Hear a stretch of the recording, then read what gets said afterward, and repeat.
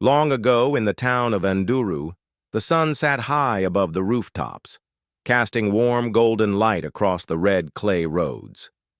It was a peaceful Saturday afternoon. Birds sang, the wind rustled the leaves of mango trees, and laughter danced through the air from a small group of children playing under the sun. These were the children of the neighborhood, aged between 10 and 12. Boys and girls, skin glistening with sweat and joy, passed a rough leather ball between them as they played, on the old cracked concrete of a forgotten basketball court near the local well. Their sneakers scraped the ground, their giggles echoed. The world, in that moment, was theirs. Across the road, however, sat a man who didn't share their joy. In a faded house with paint flaking off its walls and grass tall as a goat's neck, Baba Sefu, a man of about 55, watched them from his porch. He wore a threadbare cap low over his wrinkled forehead and clutched a warm cup of lukewarm millet tea in his trembling hand. Baba Sefu had lived in Nduru for over 2 decades. But not many knew him. He rarely greeted anyone, never shared cola nut or joined evening storytelling circles. He kept to himself, surrounded by old newspapers and the silence of his compound. And on this day, the noise from the children disturbed him. Was it their shouting? Their carefree laughter? Or was it the way they didn't look like the children he had grown up with? Something inside Baba Sefu twisted with discomfort. The children were loud, yes, but also full of life, unbothered by the dust of the streets or the weight of the world. That somehow angered him. He set down his cup and picked up his old black phone. Without thinking twice, he dialed the town guard. "There are some strange children making noise," he said, voice flat. "They don't belong here. They're disturbing the peace." And just like that, he ended the call and shuffled back inside, certain that the matter would soon be dealt with. But fate, as the elders say, is a drum no man can beat without rhythm. Within minutes, the distant wail of sirens pierced the air. 2 white town security vans rolled into the street, tires crunching against loose gravel. The children paused, puzzled. One boy named J-Lo held the basketball mid-air, his brows furrowed. The girls looked at one another, confusion spreading like smoke from a fire. From the vans, 4 officers stepped out. They didn't smile. Their faces were carved in stone. Their eyes darted around, scanning every corner like hunters searching for prey. "What are you doing here?" one officer barked. "Who owns this land? Do you live in this part of town?" The children stood frozen. Some answered softly, giving their names. Others clutched the basketball, unsure whether to speak or run.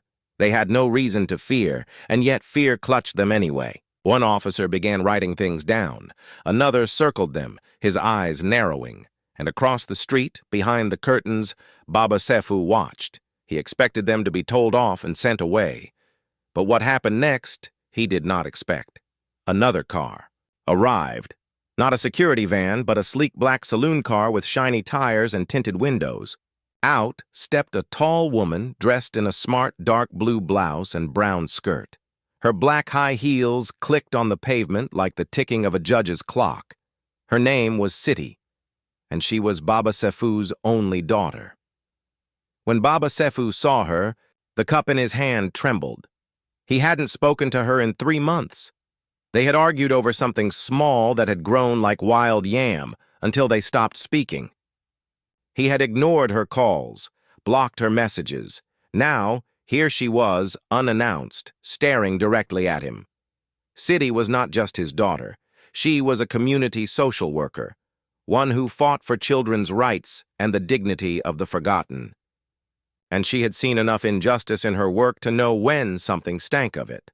She glanced at the guards surrounding the children, then at her father's window, and then she marched. The echo of her heels was the only sound in the stunned silence. She stopped right before Baba Sefu's gate. Her arms crossed over her chest, her eyes burning. "You have got to be joking," she said, her voice low but sharp as a razor. He opened his mouth.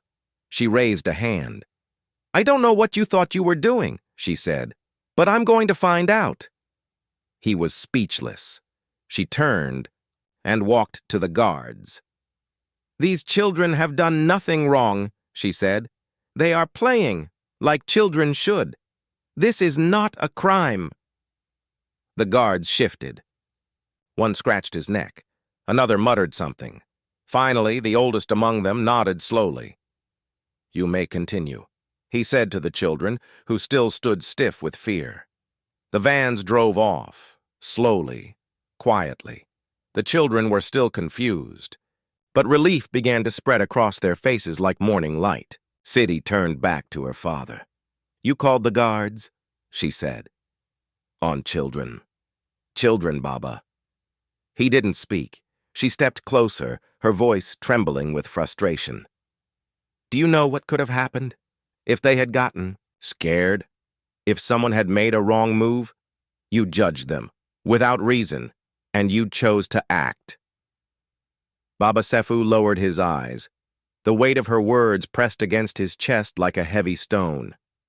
"I am ashamed," she said, voice thick, "not just for what you did, but for what it means." He tried to say something, anything, but the words wouldn't come. Sidi had always been the brave one. She had fought for children who had no voice, defended street boys, rescued girls from child labor, and stood firm in council meetings when elders turned blind eyes. She had become the kind of woman who would speak truth even when it hurt. And now she was standing here, calling out her own father. "You don't get to be the victim," she said. "You don't get to hide behind age or silence. You made a choice, and now you must sit with it." Her voice cracked, but she didn't cry. She turned, walked back to the children, knelt to their level, and spoke softly. "You are safe," she told them. "No one can chase you from this place. You belong here." And the children, still stunned, nodded slowly. Some of them had never seen someone defend them like that. Their hearts pounded with confusion, but also a new kind of hope. Sidi stood up, looked once more at her father across the street, and said, "We will speak again, but not now." She got into her car and drove off. And Baba Sefu? He stood there on his porch, rooted like a tree, unable to move. He had thought he understood the world. That noise was danger. That difference was disturbance. That peace came through silence. But in one afternoon, his daughter shattered all of that. He turned and entered his house. But the quiet no longer brought him comfort. The silence now screamed. As dusk painted the sky above Nduru with streaks of orange and gray, the sound of bouncing leather echoed faintly from across the road. It was the same ball, the same children, but everything had changed. Baba Sefu sat hunched on his old wooden porch, the bench creaking beneath his weight. His hands trembled slightly, and his chest tightened as if invisible ropes were winding around his lungs. The laughter was gone now. All he could hear was the rhythm of the ball. Thump, thump, thump, mocking him like a distant drum of judgment. He had hoped, foolishly, that it would all pass.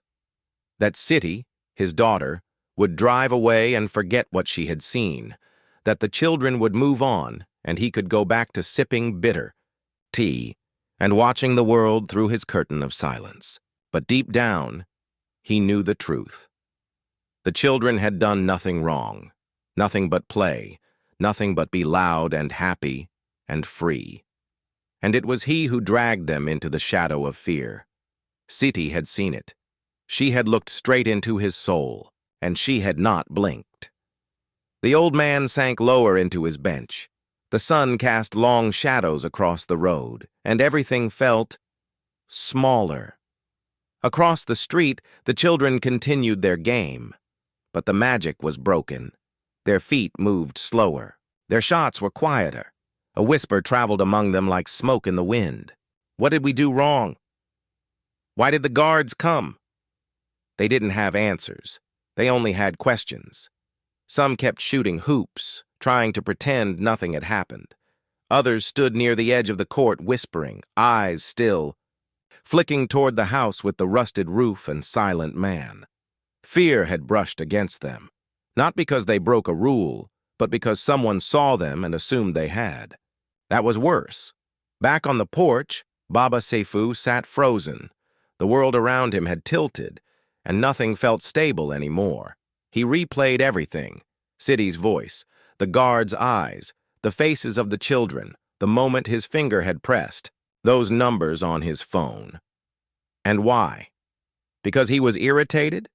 Because they didn't look like the children from his childhood? Because they were free and he was not? The reasons now felt like dust in his mouth. He had spent a lifetime building walls, one plank of silence at a time, one look of suspicion, one unopened gate. Now those walls were crashing around him like thunder, one by one. He looked across the road. The children were still there, but the lightness in their laughter had been stolen, not by the guards, but by him. He saw J-Lo, the tallest boy, clutch the basketball like a shield. He saw the girls standing, close, trying to be brave but clearly shaken. He saw it all, and he felt it. Shame. A shame so thick he could hardly breathe. Back inside his house, he sat at his small kitchen table, staring at a cold cup of tea. The room was quiet. Too quiet. He tried to flip through the local paper, but the words blurred. All he could hear was City's voice, still cutting like a sharpened cane. This was not a mistake, Baba. This was a choice. It rang in his ears again and again. Then he heard it. A car pulling into the driveway. City was back. She had told him, "We will talk later." And now, later had come.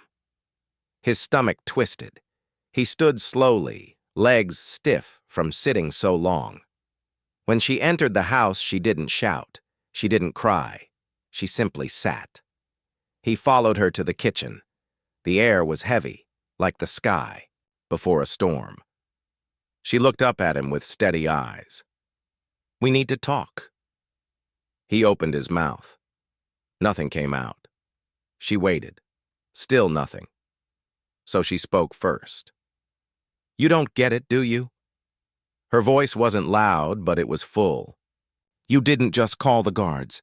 You put those children in danger." Her eyes watered, just barely. "You treated them like criminals. And you hurt me." Baba Saifu felt the blow. "You raised me to speak up," she continued. "To stand up for what's right. You told me never to judge others by their clothes or skin or silence. But today, you became the man you warned me about." His knees wobbled. He pulled out a chair but didn't sit. He began. "I was angry. I was tired. I didn't think—" "That's the problem," City snapped. "You didn't think. You didn't care. You saw a group of black children laughing, and you chose fear over kindness." She stood now. "I have fought for children in marketplaces. I have rescued girls from traffickers. I have begged councils to stop child marriage. And now I come, home, and find that my own father is the kind of man they fear." The silence that followed was cruel. He finally whispered, "I'm sorry." But even to his own ears it felt hollow. City's lips tightened. "Sorry isn't enough. Not anymore." She picked up her bag and turned. "You need to face what you've done, Baba, and not just with words." And she left. The door shut, softly, but the echo was louder than thunder. That night, Baba Saifu didn't sleep. He sat outside again under the moon, staring at the court across the street. It looked different now. The same cracked concrete, the same bent hoop, but now it looked like a mirror. The children didn't return that evening. The silence was louder than their laughter had ever been. The morning sun crept slowly across the dusty streets of Enduru, peeking through the cracks of broken walls and glinting off the tin roofs. But inside one house, The light felt dim, not because the windows were closed, but because the weight in the room was heavy. City sat at the wooden kitchen table, her hands resting flat on the faded tabletop, eyes locked on the man across from her. Baba Sefu, her father, sat slumped like a defeated drum, hollow, sagging, silent. Her voice was gentle now, but her words still held the force of a pounding pestle. "I know you're sorry," she said, "but sorry isn't enough. Baba, not this time." She leaned in ever so slightly. Her face was no longer hardened with anger, but something sharper. Truth. "This isn't just about a phone call," she continued. "It's not just about guards showing up. It's about what that call meant, what it said." Baba Sefu's eyes glistened, but City didn't stop.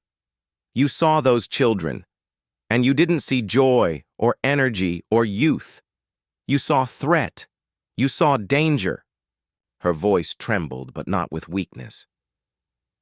"That's what needs to change." The old man blinked slowly, his breath shallow. He had always believed himself to be a man of reason, a thinker, someone who observed before acting. But yesterday, he had not thought. He had judged, harshly, instinctively. And now he could see just how blind he had been. The children had not asked for trouble. They had not broken rules or disrespected anyone.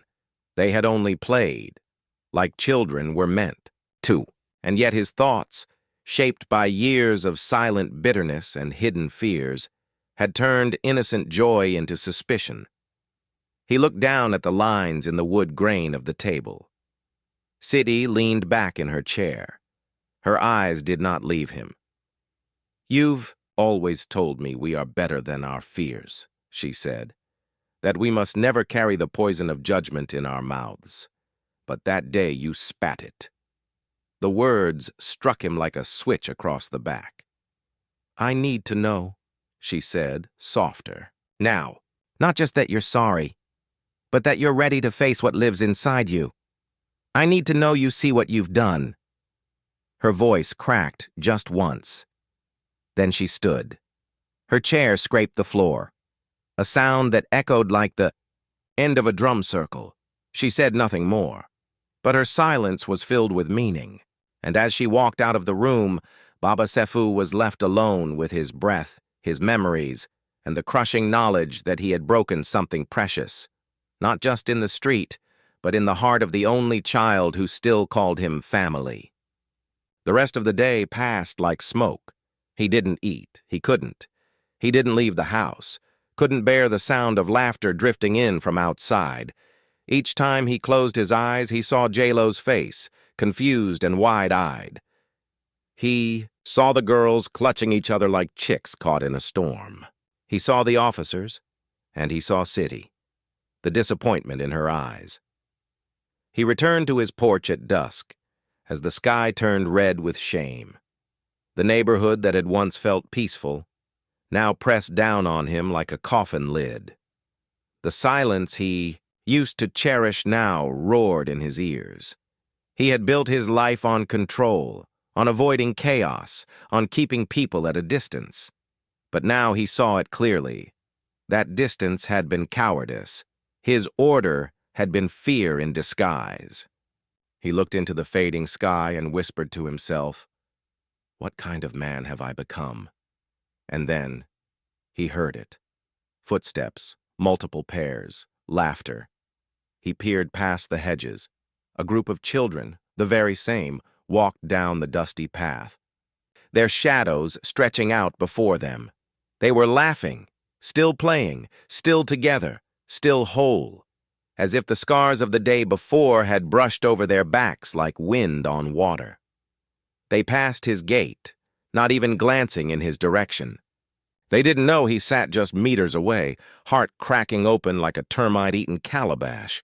It wasn't that they had forgotten. It was that they had survived him, and that made the pain even worse. He gripped the arms of his chair. How do you fix what you've broken when the pieces are scattered in hearts you cannot reach? He didn't have the answer. Later, when the moon hung pale above the thatched roofs, City's car pulled up again. This time, she didn't knock. She simply stepped onto the porch and stood, arms crossed. She looked at him, long and hard. He met her gaze. "Dad," she said. Her voice was lower, but not softer. "I need you to listen." He nodded. "You can't fix this with one speech. You can't bandage this with words. What happened? It wasn't just an old man's mistake. It was a mirror to everything you've chosen not to face." Baba Sefu didn't flinch. "You can still change," she said. "But it won't come easy, and it won't come fast." She took a breath, deep and long. "I'm not giving up on you," she said. "But you must do the work. You must choose to unlearn and relearn." Then, before she turned to go inside, she added, "You must choose to become better." And she was gone. That night, the wind howled softly through the cracks of the windows. The house creaked. But Baba Sefu lay awake, eyes wide, heart pounding. The next day, nothing felt normal. He tried sweeping his compound, but the broom felt too light in his hand. He tried to sit and read, but the words blurred on the page.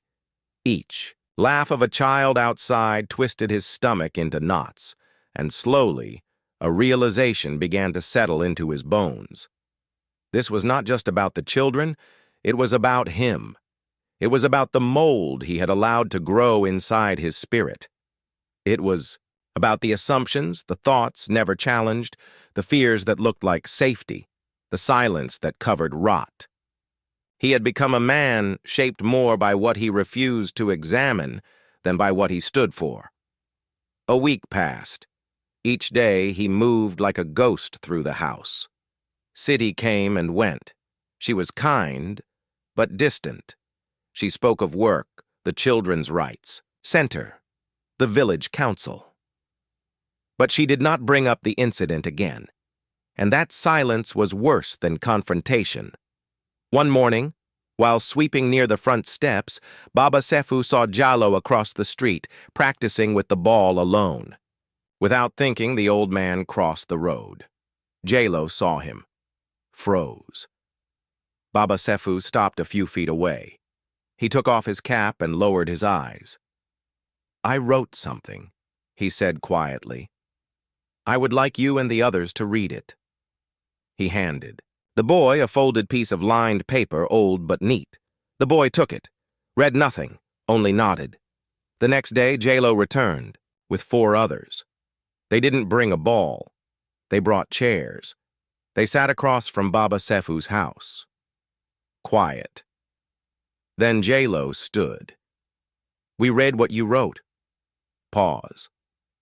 "We don't know what to say yet, but thank you for trying." It was not forgiveness, but it was the beginning of a bridge. That night, as the stars blinked across the black velvet sky, Baba Sefu sat beside City on the porch. Neither spoke at first. Then he said, "I think I am ready to learn." She didn't respond with words, just a nod, and a hand placed gently over his own. For the first time in weeks, he closed his eyes and breathed without pain. The days that followed felt like slow motion to Baba Sefu. Each step, each breath, seemed to be weighed down by the shadows of his past actions. His heart no longer felt as heavy as it did the first time he apologized to the children, but the burden was far from gone. A small act of humility could not undo years of quiet bitterness, unspoken judgments, and a lifetime of unresolved fear. He knew the apology was only the first step, the smallest step, and that the road ahead would be long and painful. The children had accepted his apology, but their trust in him, though sincere, was still fragile, like a small sapling barely rooted in the soil. They had every right to be cautious, to wonder if he truly understood the magnitude of his actions. After all, one apology could not wash away the harm that had been done, the uncomfortable truth that he had once believed in a world divided by fear and assumption. Baba Sefu sat in his small living room, the television flickering in front of him, but his mind was far from the screen. It raced with thoughts of the children, their faces fresh in his memory, their expressions of confusion and fear as they had been questioned like criminals.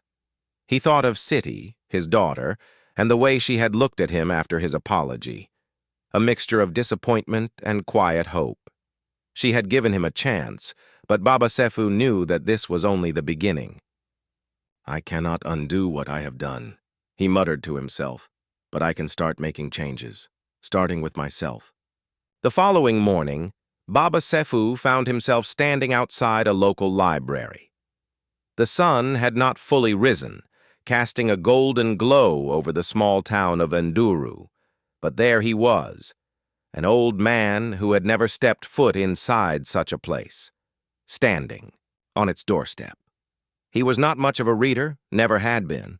He preferred the simplicity of his home, the quiet of his porch, and the stillness that came with his isolation. But today, something was different. He walked inside, his footsteps echoing softly in the empty halls. The smell of old paper, of pages well worn by time, filled the air.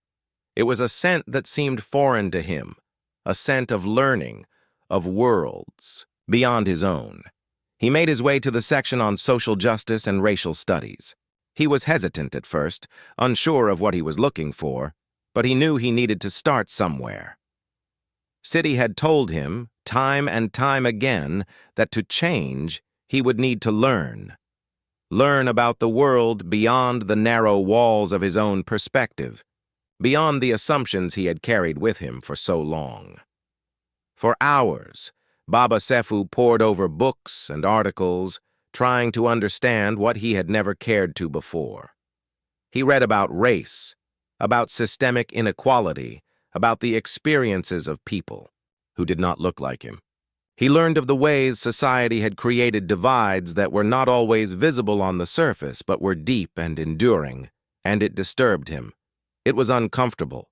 At first, the words seemed distant, foreign even, but slowly they began to seep into his mind, challenging the very fabric of the beliefs he had held for most of his life. He read about the history of prejudice, of how fear had shaped the world he lived in. He learned about the struggles of people who had been marginalized, who had been treated as less than human because of the color of their skin. The more he read, the more the cracks in his own thinking became evident. He could see how his own biases had shaped the way he saw others, how he had allowed fear and ignorance to control his actions. He had been so quick to judge, so willing to call for drastic action based on nothing more than the way someone looked. By the end of the week, Baba Sefu had read several books, and he had attended a community discussion on racial equality. It was uncomfortable for him, sitting in a room full of people who spoke openly about their struggles, their pain, and the injustices they had faced. He had never been one to open up like that, to share his own vulnerabilities. But here, in this room, he had no choice but to listen, to absorb the stories of others. And for the first time, he felt a deep sense of guilt for his ignorance. "I should have known better," he thought to himself. It wasn't enough to just apologize. He realized he had to take action. He had to show Siti, the kids, and even himself that he was serious about changing. This was more than just words. This was about committing to a new way of seeing the world. The following weeks passed in a blur. Siti had noticed the changes in her father, though it was gradual. At first, she had been skeptical, unsure if the shift in him was just a temporary moment of guilt. But as the days wore on, she could see that Baba Sefu was genuinely trying. He started talking about the books he had read, about the things he had learned. She could tell that he wasn't just going through the motions, that this was something deeper than an apology. One evening, they sat together at the kitchen table, eating the simple meal that City had prepared. She watched him quietly for a moment, then spoke, her voice soft but knowing. "You've been doing the work, haven't you?" she asked. Baba Sefu nodded sheepishly. "Yeah, I have," he said, his voice tinged with the weariness of the past weeks. "It's not easy, but I want to understand. I want to do better. I need to." Siti didn't respond immediately. She just sat there, looking at him with a quiet intensity. Then slowly she smiled. It wasn't a big smile, but it was a genuine one that reached her eyes. "I can see that it's not easy," she said, "but you're doing it, and that's what matters." That night, as Baba Sefu sat alone in his living room, he thought about everything he had learned. He thought about the kids, their faces, their expressions of confusion and fear. He thought about the way City had looked at him, still hopeful, but disappointed. "I can't change the past," he thought, "but I can influence the future." The following days were filled with small decisions, each one reinforcing his commitment to change. He began spending more time in the community, attending local events and speaking with his neighbors. He volunteered at a local youth center, helping with after-school programs and doing what he could to ensure that kids from all backgrounds felt welcomed and supported. It wasn't glamorous work. There were no grand gestures, no loud proclamations, but it was meaningful. And every day, Baba Sefu could see the difference it was making, not just in the kids' lives, but in his own.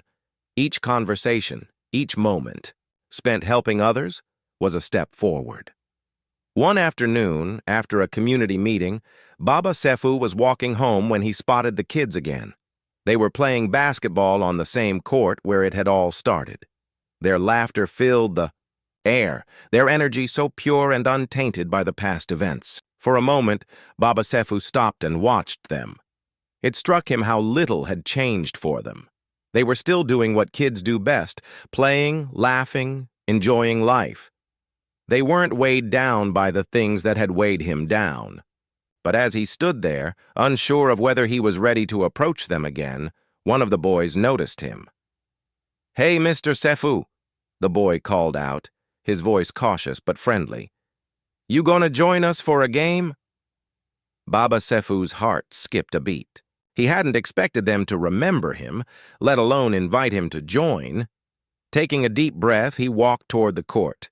The kids gathered around him, joking and laughing. They didn't care that he was no longer the best player. They didn't care that he had made mistakes. They cared that he was there, that he was with them. The game went on. Baba Sefu wasn't the best, far from it, but it didn't matter. What mattered was that he was there, laughing, playing, and for the first time he felt like he truly belonged. As the game wound down, the kids began to pack up. One of them, a quiet boy who had been shy throughout the whole game, turned to Baba Sefu. "You know," he said, "you're all right, Mr. Sefu. You might not be the best at basketball, but you're cool." Baba Sefu smiled, his heart lighter than it had been in years. "Thanks, kid," he said. "I'm just trying to keep up with you all." As the kids walked home, Baba Sefu stayed behind, watching them leave. He realized that it wasn't about erasing the past mistakes. It was about making things right, one step at a time.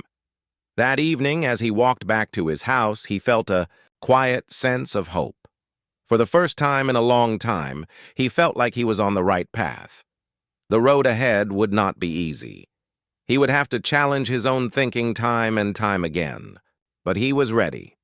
He was no longer weighed down by guilt. He was ready to face the future, one step at a time. Over the weeks that followed, Baba Sefu continued to immerse himself in the community. He became more involved, volunteering at the youth center, helping out with the kids, and spending time with his neighbors. He wasn't just a distant figure anymore. He had become a fixture in the lives of those around him. One evening, as he was helping clean up after a basketball game at the center, City stopped by to check in. She watched him as he interacted with the kids, encouraging them to keep practicing, laughing at their jokes. When the game was over, City waited for him by the entrance. When he saw her, he wiped his hands on his pants and walked over. "You're looking different," she said, her voice teasing but kind. "I almost didn't recognize you." Baba Sefu smiled, a real smile for the first time in what felt like years. "I'm changing," he said, "and I owe it to you, and to the kids." Baba Sefu gazed back at City, feeling warmth spread through his chest.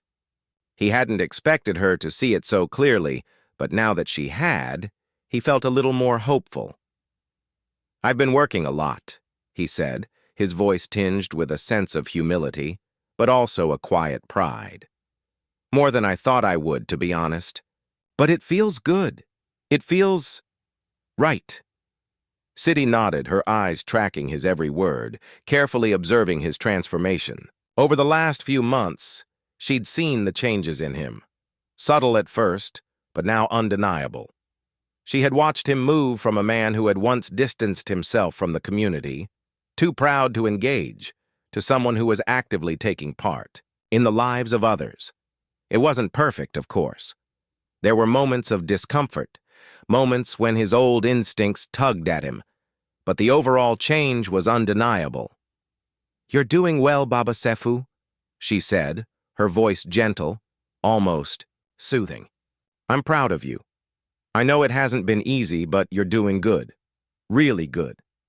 Baba Sefu felt his chest tighten, a lump rising in his throat. For a man who had spent most of his life holding back emotions, hearing those words from City, his daughter, cut through him like a gentle, sharp wind. He had never been one to accept compliments easily. And yet, now, with City's words, he felt something he hadn't felt in a long time: acceptance. It wasn't about perfection. It was about effort. She saw him trying, saw him learning and growing.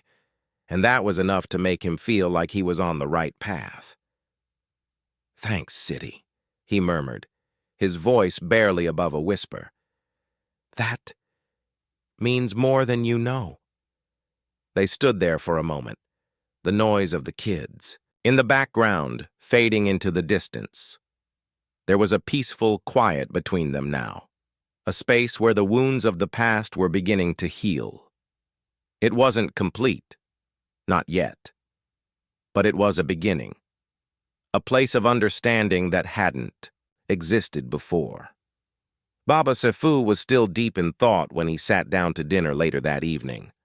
His mind was racing, not over the meal before him, but over everything that had happened and the days that still lay ahead. The changes were slow, like the gentle passing of the seasons, but they were real. It wasn't just a temporary phase. He could feel it in the way he engaged with the world now, softer, kinder, with more care than he ever thought possible. That night, after dinner, he decided to go for a walk. The neighborhood had become a space for reflection for him, a place where he could walk and process all that had happened. When he first moved here, he had kept to himself, keeping his head down, pretending that the world was just fine if he stayed out of it. But now, every step he took felt different. He no longer saw the people around him as strangers. They were individuals, each with their own stories, their struggles, their dreams.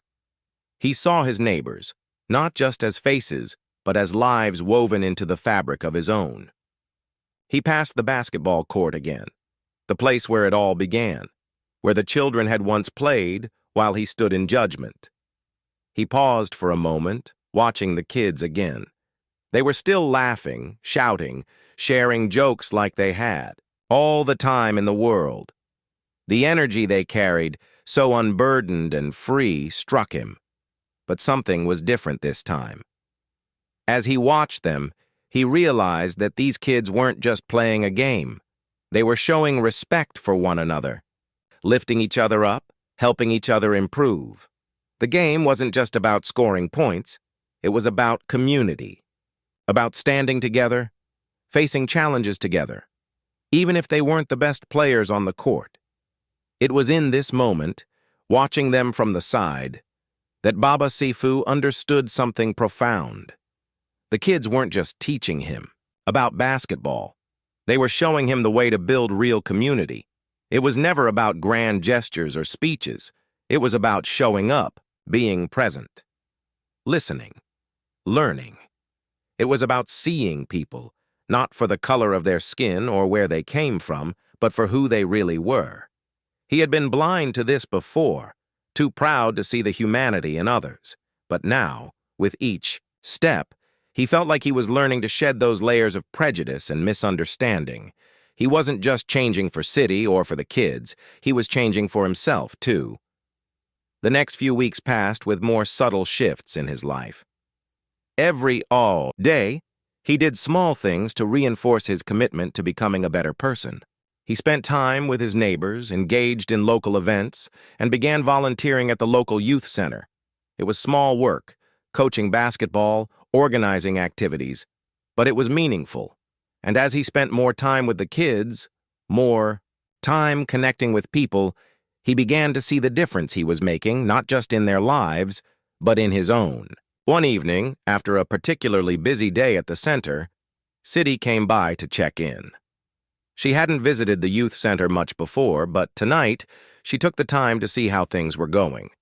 She watched quietly as her father interacted with the kids, encouraging them, offering high fives, and even sharing a laugh or two with them.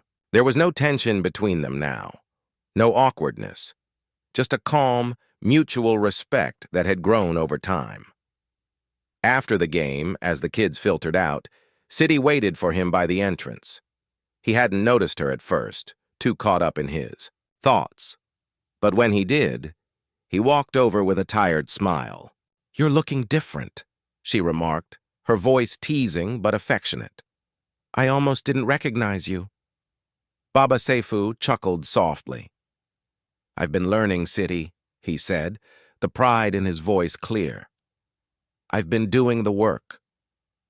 City's smile deepened, and she watched him for a long moment, seeing the change in him.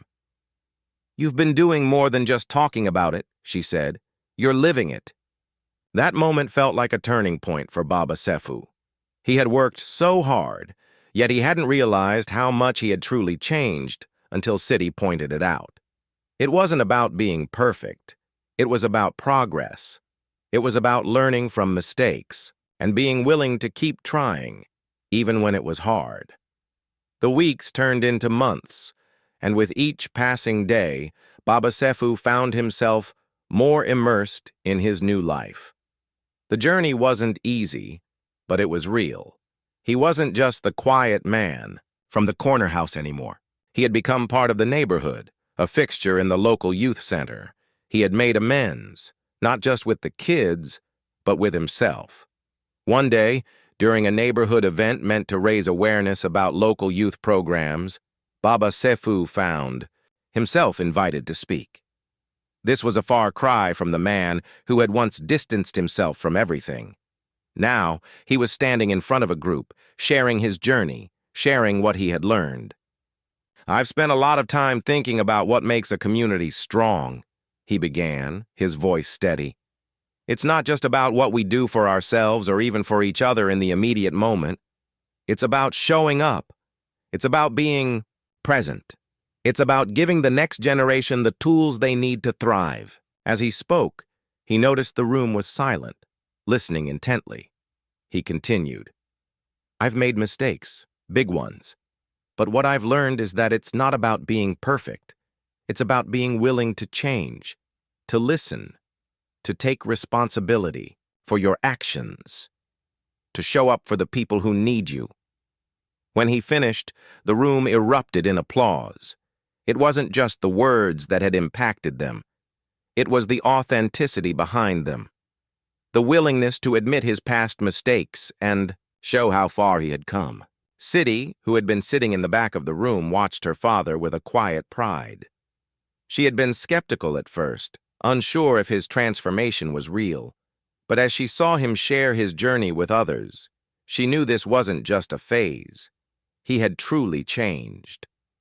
After the event, Baba Sifu was surrounded by the kids from the youth center, eager to thank him. They thanked him not just for the programs, but for the lessons he had taught them. "You've taught us more than just basketball," one of the boys said, his voice filled with respect. "You've shown us that it's okay to mess up, as long as we learn from it and keep moving forward." Baba Sifu smiled, feeling a deep sense of fulfillment. "Thanks, kid. You all taught me that too. I'm proud of you." As he walked home later with City by his side, he realized that he had found a new purpose. It wasn't about being perfect. It was about being present, learning, and growing. He had become part of a community that was constantly evolving, and in doing so, he had found peace. Months passed, and Baba Sifu's life continued to shift. He volunteered at the youth center, connected with his neighbors, and embraced the work that was still left to do. He wasn't just a man who had apologized. He had become someone who was actively making things right, one step at a time. And as he walked into the future, he felt ready, full of hope for what was yet to come. This story teaches us that true change doesn't happen overnight. It's a process that requires us to reflect on our actions, acknowledge our mistakes, and commit to doing better every day. No matter how difficult or uncomfortable it may be, growth comes from the willingness to learn, to apologize, and to make a conscious effort to improve. The power of change lies in our actions, not just in what we say, but in what we do for ourselves and others. In the end, progress is the true measure of success, and even small steps can lead to meaningful transformation. If you enjoyed this story, don't forget to hit the like button and share your thoughts in the comments below. I'd love to hear what you think. And if you want more inspiring stories like this, make sure to subscribe to the channel and turn on notifications so you never miss an update.